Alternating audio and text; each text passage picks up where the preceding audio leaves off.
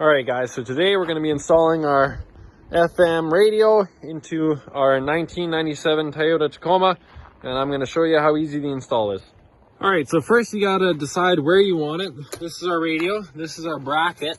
I'm going to put the bracket right there so that the radio sits kind of like that. It'll sit like that. It's accessible by me and my passenger. It's just a good spot for me. Okay, so with this specific kit of radio that we're supplying, it comes with everything you need. We got the radio, we got the bracket that you mount the radio to.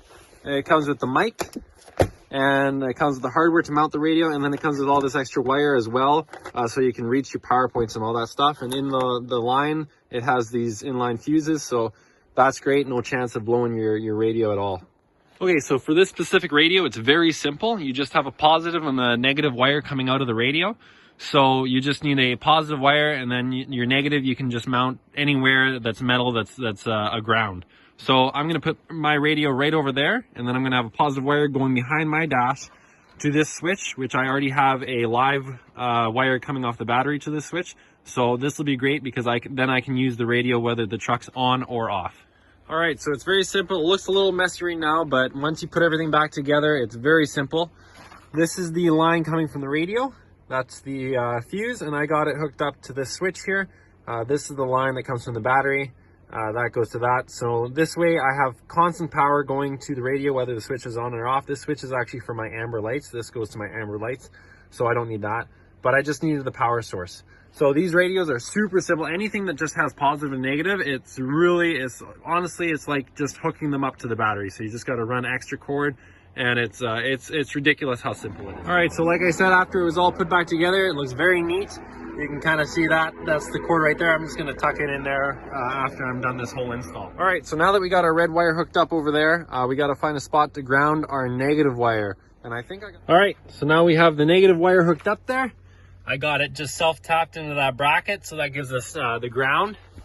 And I didn't bother cutting it shorter. You can cut it shorter if you wanted to, if you weren't going that distance. I'm just going to tuck the excess wire in the back there just in case I want to use this in another vehicle or something. But right now that's what's going on. So we got the red wire hooked up, the black wire hooked up. Now we can install the radio, put it all together, plug it in, and make sure it works. All right, so we got it all wired up there. Like I said, it came with all the hardware to mount it, so that's no issue. And it came with extra fuses as well for the inline fuses there. So this kit really comes with everything. All right, so the radio is installed. Now this specific radio, the mic, only comes with an eye hole, and it comes with the screw, so you just put the screw in and then you can just hang this on it. But I had this mount from my previous radio setup, so I just put a bolt in there, and now I can just hang it on that like that. So okay, so the radio is installed. Now we just had to install the antenna. This radio will not work without an antenna. So on this truck, I got the antenna on the back of the truck here. You can see it right there. I got it running through the back window. This is just a temporary thing until the weather warms up and I can actually get under the truck and feed it through the proper spaces. But I got it going through the window there, back down along the floor and into the radio. And this is what the setup looks like from the driver's seat. So I'm sitting here. That's the setup. We'll turn it on here.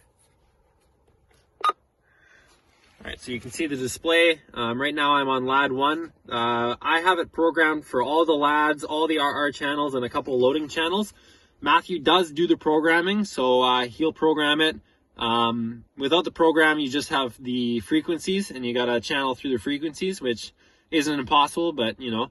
And then through the settings, you can also change the display light, the display brightness, the display color. There's a whole lot of stuff you can do with this radio. It's very sturdy, very well made. I'm expecting this radio to last me years, and I was really happy with it. So I'm really happy that I have it now, and I'm really happy that I can communicate with it.